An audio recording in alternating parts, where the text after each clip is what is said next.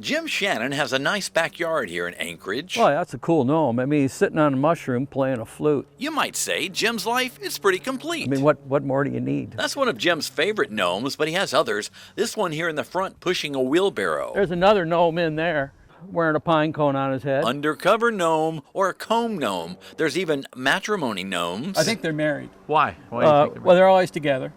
And one day I stood here for hours just staring at them, and they never blinked. As you may have guessed, Jim is semi-retired, so when it started, They just show up. Jim just welcomed his uninvited guests. They're just wrestling and messing around and getting in trouble. And they came through the yard here. They being some of Alaska's most natural of the native variety. It's a nice variety. We have a lot of moose come through. The lynx, that's been the new thing the past 4 or 5 years, is starting to see lynx down here. The bears, primarily moose is the biggest visitor, I think. Oh, and remember that gnome sitting on a mushroom at the beginning of the story? He's popular with these two guys. I was sitting here, and they come into the yard.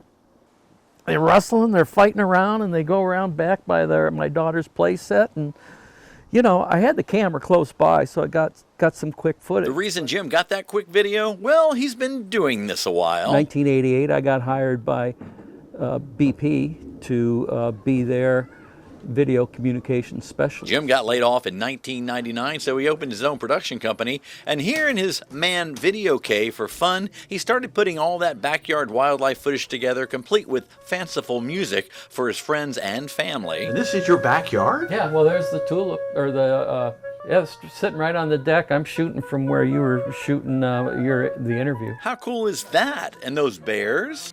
Really, they were only here, no more than 5 minutes in the yard. So if you'd been in the front doing something else, you would have missed the whole thing. And so I assume that this stuff goes on in my yard all the time. Well, with their eyes always open, we know the gnomes never missed all this action.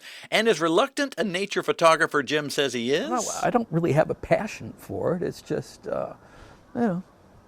it's a way I made a living. And, again, I have the equipment, and every now and then some interesting things happen in the yard. I think Jim likes sharing what Alaska offers him up, the gift of a few moments of comfort these wild animals get to actually relax and be themselves, to play, knowing they'll only be shot with the lens of Jim's camera. Tennis ball.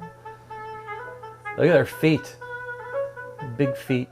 Jim capturing moments, that's the Allgood News.